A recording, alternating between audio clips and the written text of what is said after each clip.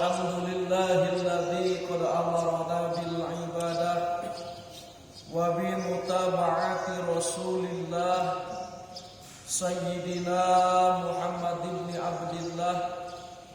Asyhadu an la ilaha illallah wahdahu la syarika lah wa asyhadu anna Muhammadan abduhu wa rasuluhu alladzi la nabiyya ba'dah.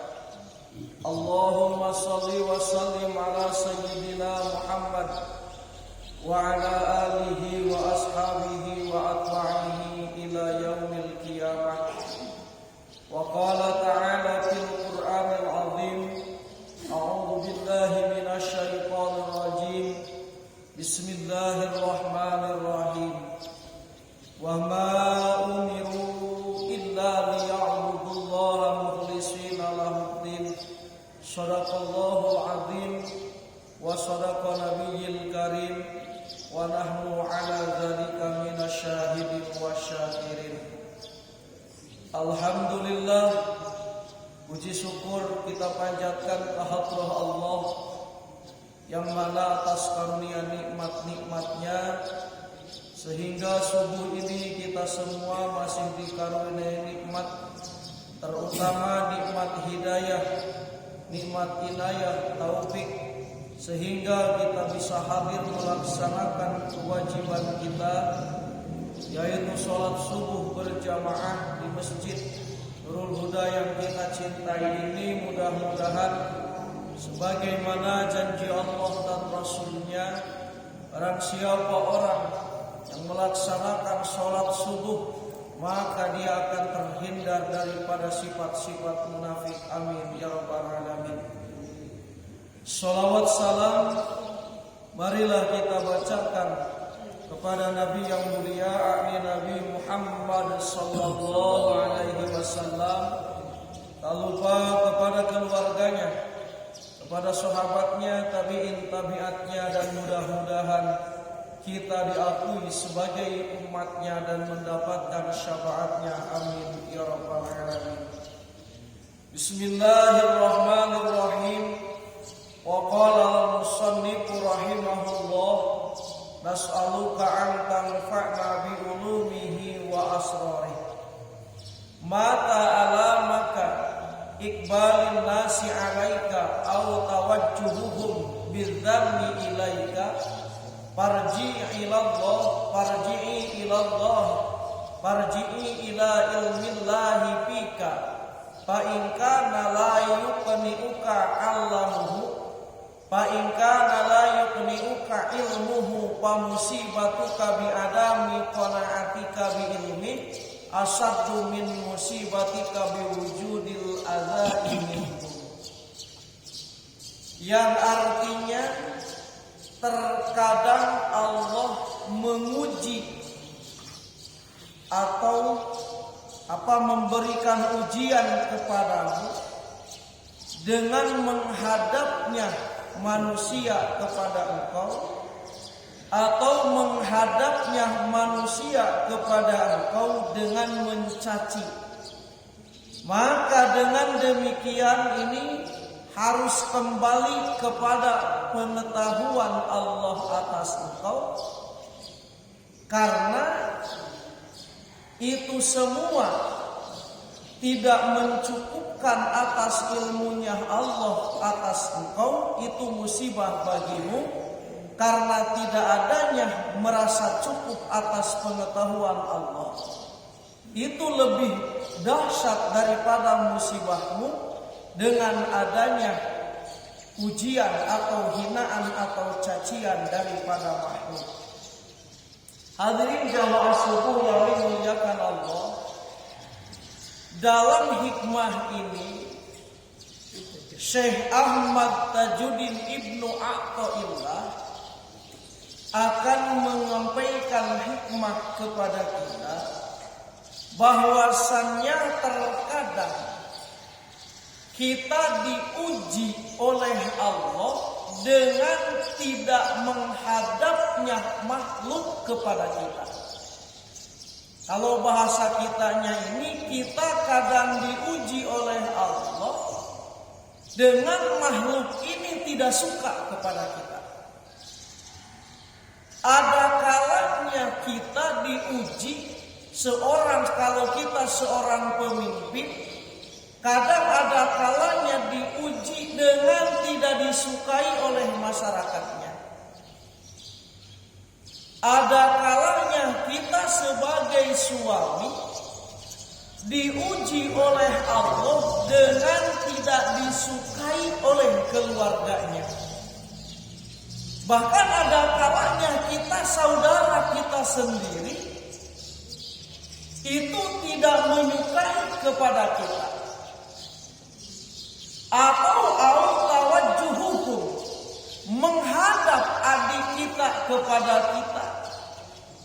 Kalau kita sebagai pemimpin, rakyat kita menghadap kepada kita, tapi menghadapnya ini bidzammi, dengan mencaci kita, terus mencari kejelekan dan kesalahan kita. Itu ada kalanya dalam kehidupan kita seperti itu. Kita sebagai imam masjid ada kalanya dicari kesalahan dan kekurangannya oleh jamaahnya. Bapak sebagai suami ada kalanya dicari kesalahan dan kekurangan oleh anak istrinya. Itu akan terjadi kepada kita. Bagaimana sikap kita kalau keadaan kita seperti itu? Farji'i ila ilmillah. Maka kita harus kembalikan kepada pengetahuan Allah. Apa maksudnya? Kalau kita sudah ada di jalan yang benar, tapi orang terus mencaci maki kepada kita, mencari kesalahan kita, maka tugas kita kembalikan kepada Allah Subhanahu wa ta'ala. Kenapa?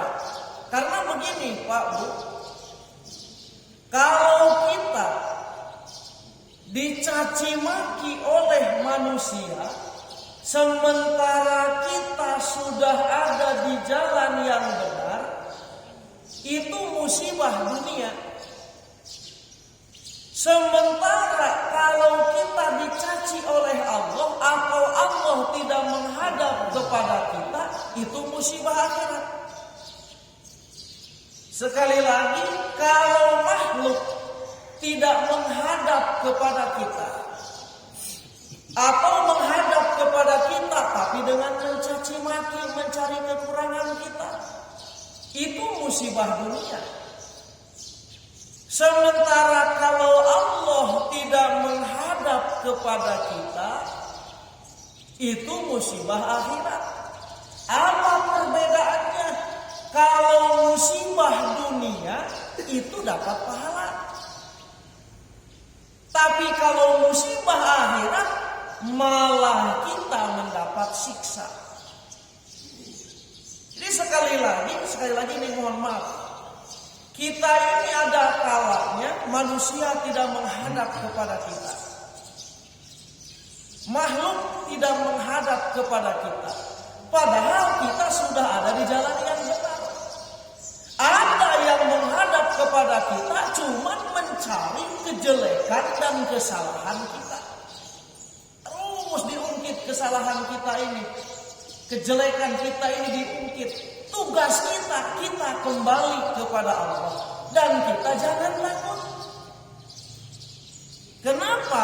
Karena tidak menghadapnya manusia atau manusia mencaci kita itu musibah, tapi itu musibah dunia. Yang mana kalau musibah dunia ini kita akan mendapat pahala. Berbeda kalau Allah tidak menghadap kepada kita. Berbeda kalau Allah murka kepada kita. Itu musibah dan itu adalah musibah akhirat. Sementara kalau musibah akhirat, jangankan dapat pahala, malah kita mendapat siksa. Jadi kita jangan takut dengan musibah dunia, tapi lebih takutlah dengan musibah akhirat. Apa musibah dunia? Musibah dunia diantaranya ketika makhluk tidak menghadap kepada kita, ketika makhluk mencaci maki kekurangan kita, itu musibah dunia, insya Allah dapat pahala. Sementara kalau Allah tidak menghadap kepada kita, itu pertanda musibah akhirat yang akan mendapatkan siksa. Datang pertanyaan, apa tandanya? Apa cirinya kalau Allah menghadap kepada kita?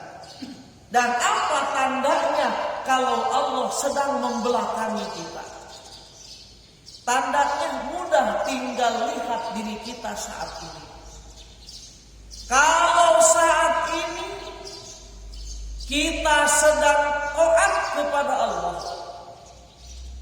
kalau saat ini kita sedang zikir mengingat Allah, itu pertanda Allah sedang menghadap kepada kita.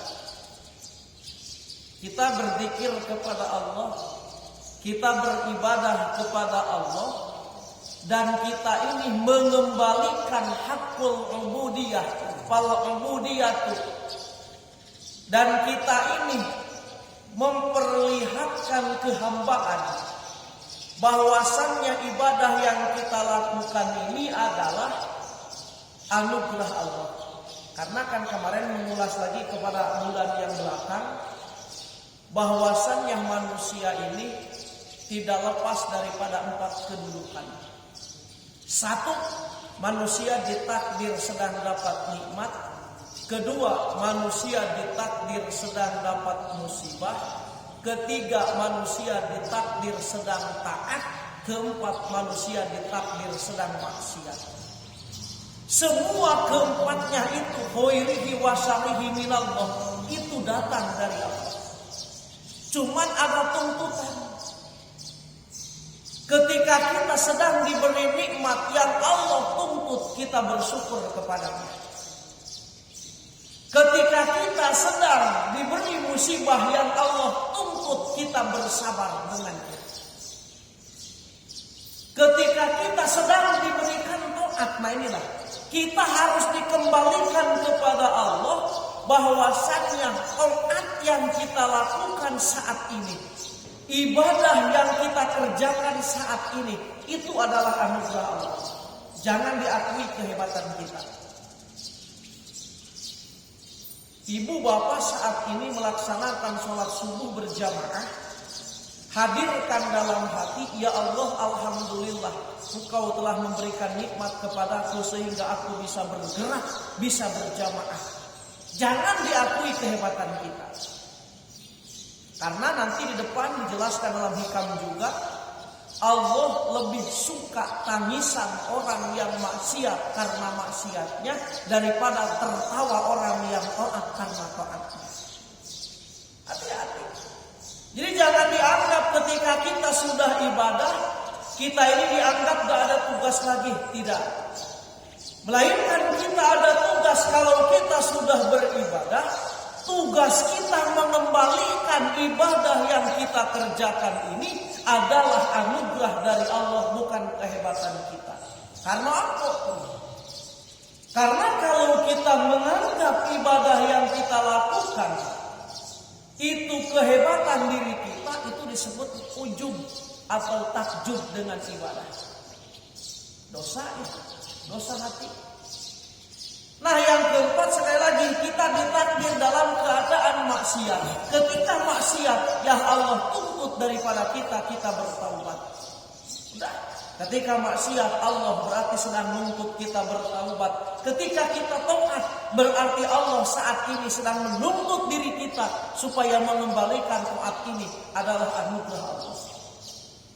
Jadi jangan dianggap kita sholat subuh, alhamdulillah selesai sudah kita melaksanakan sembahyang subuh. Tidak cukup sampai situ. Kita masih dituntut oleh Allah kita untuk mengembalikan, ya Allah, taat sembahyang subuh yang aku laksanakan pagi ini adalah anugerah darimu. La haula wala quwata illa billah. Kami tidak ada daya upaya untuk melaksanakan taat. Tidak ada daya upaya upaya untuk menghindar maksiat, kecuali semua itu pertolongan punya Allah. Hadirin jamaah subuh yang dimuliakan Allah. Jadi sekali lagi, kembali lagi kepada hikmah. Kita jangan takut ketika makhluk tidak menghadap kepada kita, tapi takutlah Allah yang tidak menghadap kepada kita. Tandanya Allah menghadap kepada kita, yaitu kita berzikir taat kepada Allah. Jadi tinggal lihat diri kita sekarang. Kalau hati kita sedang mengingat Allah, kalau hati kita sedang berzikir kepada Allah, itu pertanda Allah sedang menghadap kepada kita. Tetapi kalau kita sedang maksiat kepada Allah, hati kita lalai, itu pertanda Allah sedang membelakangi kita. Itu pertanda Allah tidak menghadap kepada kita. Karena di antara tanda-tanda orang munafik, wala yadhkurunallaha illa qalila. Orang munafik tandanya itu dia tidak mengingat Allah, melainkan ingatnya cuma sedikit. Kalau sehari semalam 24 jam, berapa jam yang kita pakai ingat kepada Allah? Kalau 24 dibagi 2, 12 jam kalau dikalkulasikan. Kalau kita mengingat Allah misalnya cuma setengah jam sehari semalam, itu pertanda kita termasuk masih orang munafik. Jangan mengaku diri kita sudah hebat di hadapan Allah, ternyata kita masih jauh. Jadi inilah mengaji kitab Al-Hikam ini, mengaji tasawuf ini, kita untuk melihat, untuk mengukur keadaan diri kita. Bahkan nanti dijelaskan juga dalam Al-Hikam, idza aradta an ta'rifa qadraka fanzur fimada yuqimuka. Kalau kamu ingin tahu bagaimana ukuranmu di hadapan Allah, kalau bahasa kitanya sederhana, apakah kamu ini nanti akan masuk surga, apakah kamu akan masuk neraka? Fanzur fimada yuqimuka. Lihat sekarang di mana kamu berada. Kalau sekarang kamu berada dalam keadaan taat kepada Allah, berarti kita akan dimasukkan ke dalam rahmatnya dan akan dimasukkan ke dalam surganya. Kalau saat ini kita ini waktu banyak digunakan untuk maksiat, waktu banyak digunakan lalai kepada Allah, berarti alamat kita akan ada dalam murkanya, akan dimasukkan ke neraka. Mudah melihat diri kita. Hadirin jamaah subuh yang dimuliakan Allah, kembali lagi kepada hikmah. Kita ini ada kalanya makhluk tidak menghadap kepada kita. Yang bagi lil abdi ayyakuna ihtimamuhu nadrallahi ilaihi fala yafrahu illa bi iqbalillahi alaihi wala yahzanu illa bi i'radillahi anhu. Sayodya penting bagi seorang hamba bahwasannya seorang hamba ini harus mementingkan penilaian Allah kepadanya. Dan jangan bangga, jangan bahagia kecuali menghadap Allah pada dirinya, dan jangan bersedih kecuali dengan berpalingnya Allah kepada dirinya. Artinya kita jangan bangga dipuji dengan manusia. Kenapa kita jangan bangga dipuji dengan manusia? Karena pujian manusia itu hanya semata-mata tidak ada gunanya. Yang kita harus banggakan ketika Allah menghadap kepada kita. Apa yang harus kita banggakan Allah menghadap kepada kita? Yaitu tandanya tadi ketika kita sedang beribadah kepada Allah, maka kita harus bergembira. Kenapa kita bergembira dengan ibadah? Karena secara hakikat Allah sedang menghadap kepada kita. Ibu sedang baca Al-Quran, dalam hati harus gembira. Kenapa harus gembira? Karena secara hakikat Allah sedang menghadap kepada kita. Tapi jangan juga bersedih. Wala yahzanu Dan jangan kamu bersedih kecuali kalau Allah berpaling daripada kita. Di mana tandanya Allah berpaling kepada kita? Tandanya Allah berpaling kepada kita ketika kita sedang maksiat kepada Allah. Kita sedang maksiat, kita sedang tidak zikir kepada Allah, itu bertanda Allah sedang berpaling kepada kita. Dan kita harus bersedih dalam keadaan seperti ini. Kita harus sakit hati jikalau kita tidak bisa melaksanakan ibadah. Contoh, misalnya kita setiap sebelum subuh rutin kita ini melaksanakan ibadah tahajud. Tiba-tiba kita kesiangan. Kita harus bersedih. Ada apa kita ini? Sehingga kita dihalang oleh Allah tidak bisa melaksanakan tahajud. Dan pasti itu ada dosa, Pak. Ada riwayat seorang ulama. Ada riwayat seorang ulama besar ahli sufi. Beliau ini datang ke pesta. Pas datang ke pesta, ada orang yang ini mengais-ngais makan semangka yang bekas makan orang yang tinggal yang putihnya itu kan. Kan orang yang makan yang merahnya. Nah, tinggal yang putihnya dimakan. Seorang ulama ini berburuk sangka dalam hatinya. Ya Allah, katanya, ngapa orang itu alangkah hinanya makan bekas semangka. Padahal cuma gerintik dalam hati. Pulang ke rumah, bermalam di rumah, pas malam itu dia heran. Kenapa tahajud tidak terasa nikmat ini? Biasanya tahajud ini menghadirkan nikmat di dalam hati. Tapi ini tahajud ini tidak terasa nikmat.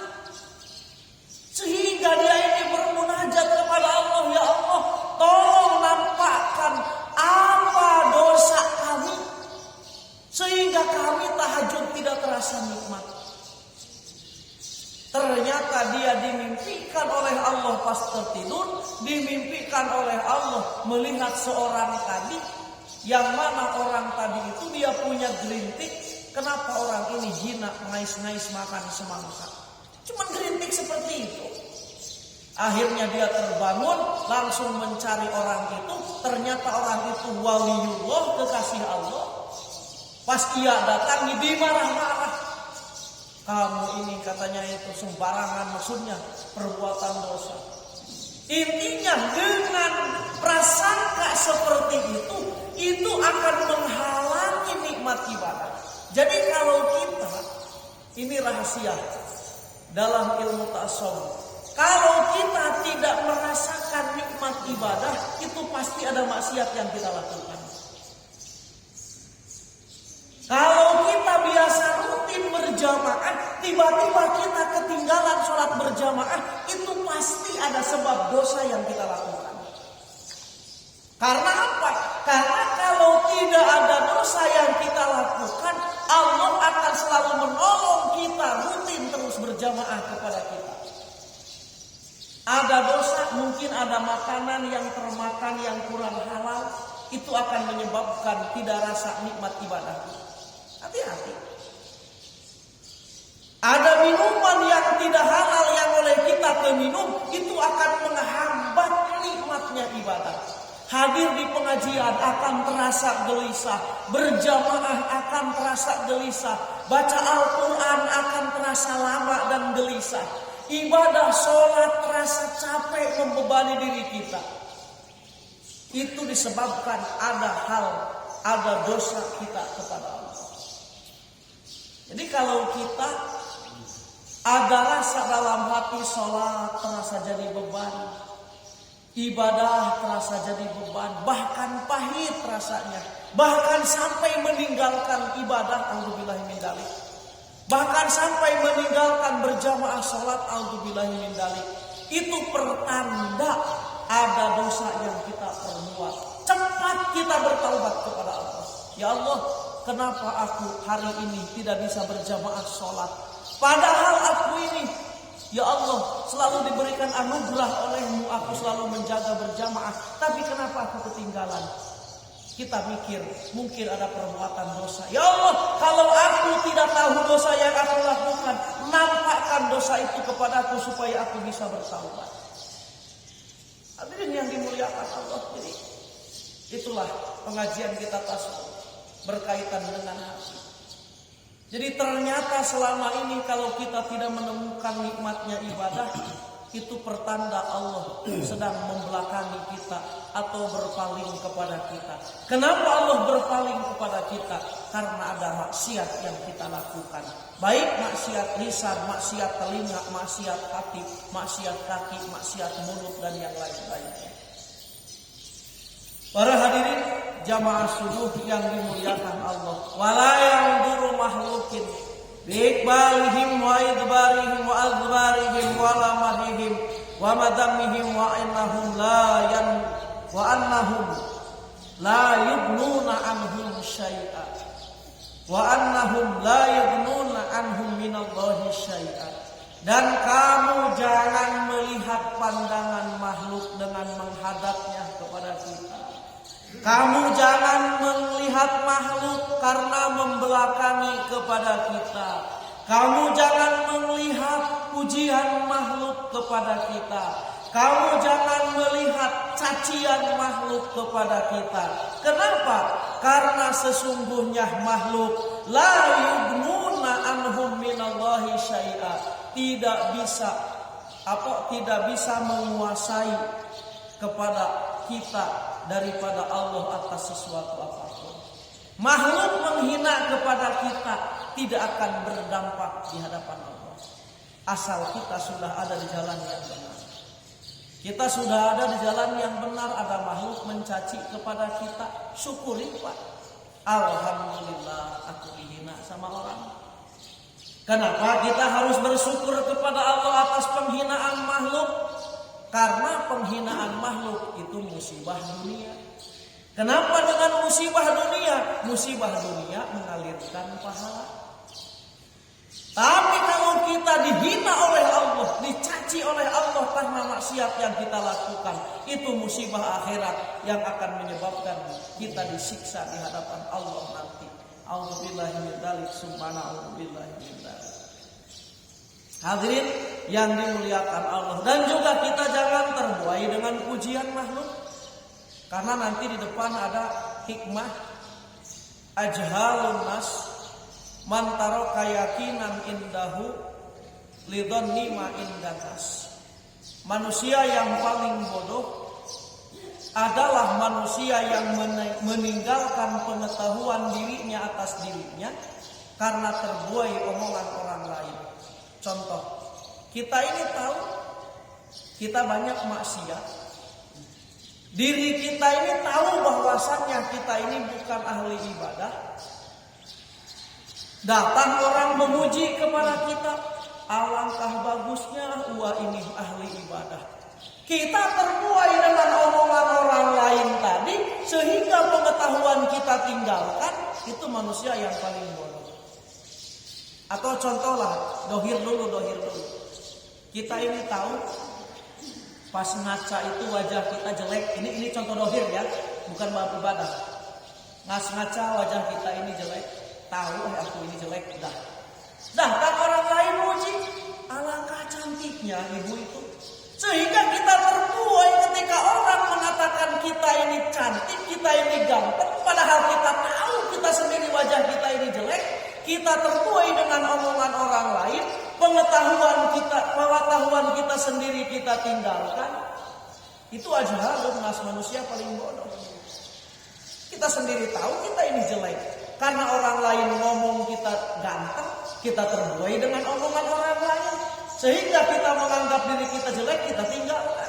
Itu aja nas manusia paling bodoh. Tapi ini urusan dunia. Yang bahaya urusan akhirat. Kita tahu kita ini bukan ahli ibadah. Kita tahu kita ini bukan orang alim. Kita ini orang bodoh.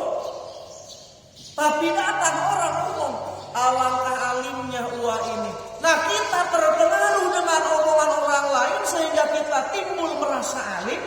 Sementara pengetahuan pengetahuan kita tadi bahwasannya kita tahu diri kita ini bodoh, kita tinggalkan. Itu aja manusia paling bodoh. Jadi tidak ada pengaruh pujian makhluk kepada kita. Tidak ada pengaruh cacian makhluk kepada kita. Kita dipuji oleh manusia tidak akan menambah rezeki kita. Kita dihina oleh manusia tidak akan berkurang rezeki kita. Tapi yang kita harus takutkan berpalingnya Allah kepada kita.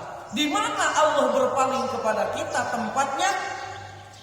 Yaitu ketika kita sedang maksiat kepada Allah. Kalau kita sedang maksiat kepada Allah, itu pertanda Allah sedang berpaling kepada kita. Cepat bertaubat kepada Allah. Kalau kita saat ini tidak berzikir hati kita kepada Allah, hati kita lalai dengan Allah, berarti saat ini Allah sedang berpaling kepada kita. Yuk kita ukur hati kita. Jadi kalau kita saat ini 24 jam sehari semalam banyak ingat kepada Allah, apakah banyak lupa? Kalau banyak lupa berarti Allah banyak berpaling kepada kita. Kalau kita banyak ingat kepada Allah berarti Allah banyak menghadap kepada kita. Hadirin jamaah subuh yang dimuliakan Allah Subhanahu wa taala. Ini berkaitan dengan firman Allah, ya ayyuhalladzina amanu dzkurullaha dzikran katsiran. Wahai orang-orang yang beriman, ingatlah kepada Allah dengan ingat sebanyak-banyaknya. Wasabbihuhu, dan bertasbihlah kepada Allah baik di waktu petang maupun di waktu pagi.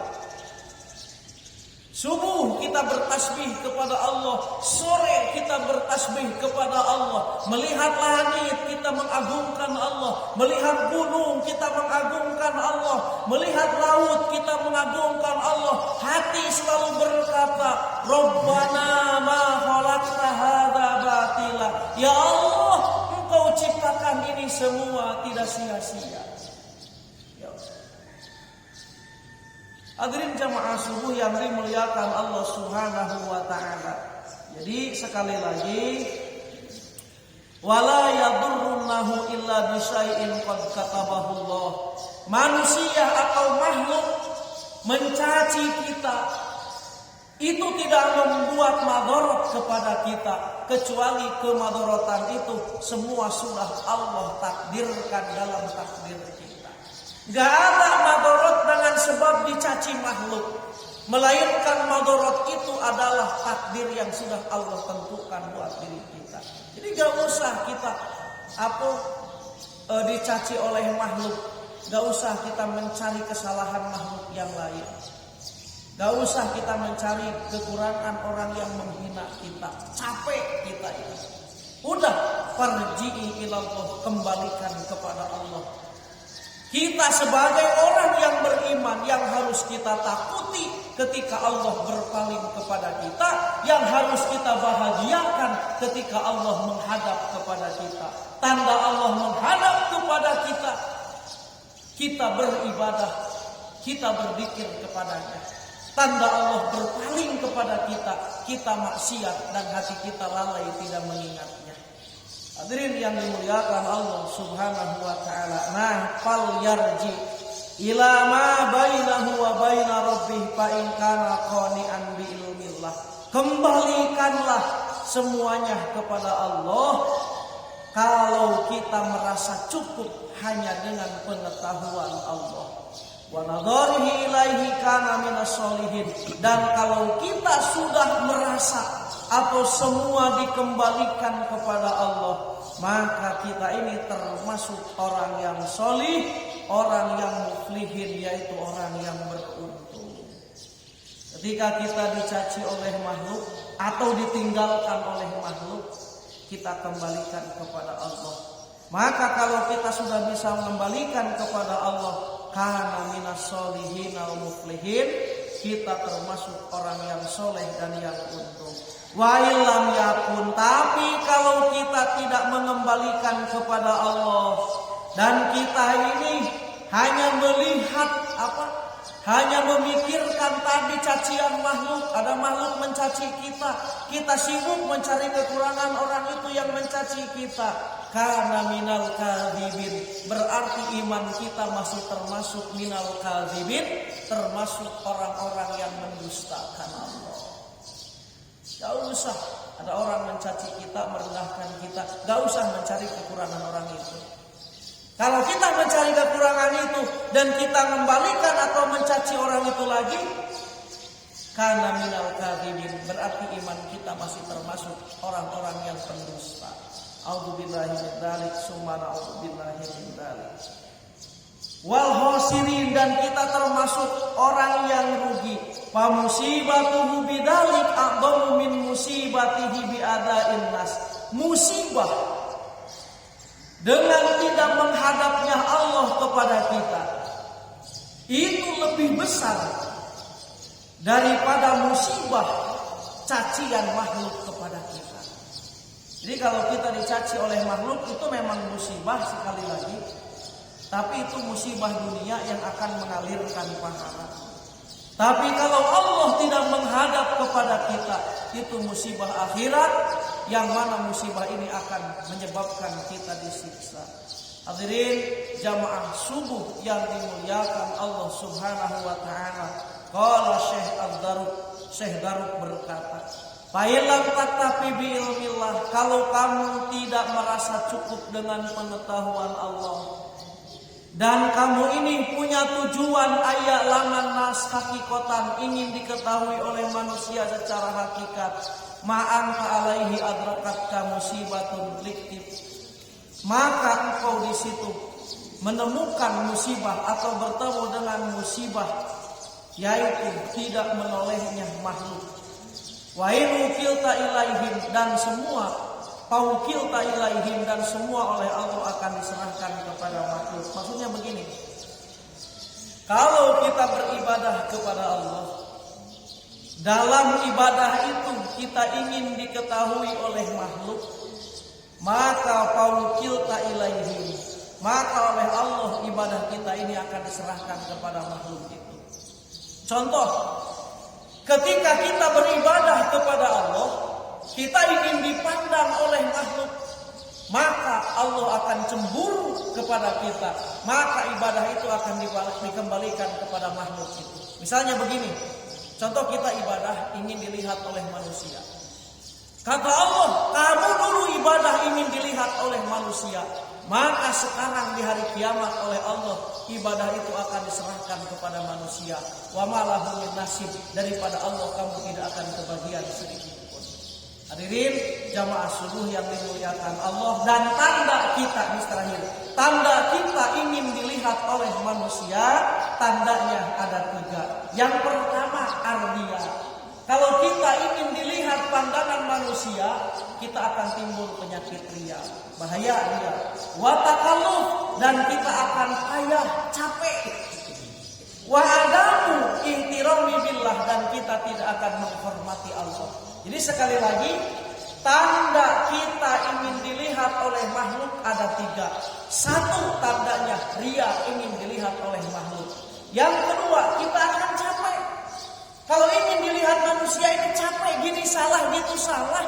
Jadi ahli ibadah, kita salah diomongkan. Jadi ahli nyari dunia, kita salah diomongkan juga. Yang ketiga, wa adamul ihtiram. Orang yang mencari simpati makhluk, dia tidak akan menghormati Allah. A'udzubillahi min dzalik, summa a'udzubillahi min dzalik. Jadi sekali lagi kita bersyukur kepada Allah kalau kita sedang taat kepada Allah, kalau kita sedang berzikir kepada Allah. Kenapa? Karena secara hakikat Allah sedang menghadap kepada kita. Kita harus bersedih kepada Allah jikalau kita sedang maksiat kepada Allah dan kita tidak bisa berzikir kepada Allah. Kenapa? Karena kalau kita sedang maksiat dan kita sedang tidak zikir kepada Allah, itu hakikat Allah sedang membelakangi kita. Hadirin jamaah subuh yang dimuliakan Allah, inilah hikmah subuh yang bisa saya sampaikan. Mohon maaf bila ada kekurangan dan kelebihan. Wabillahi taufiq wal hidayah wal inayah. Wassalamualaikum warahmatullahi wabarakatuh.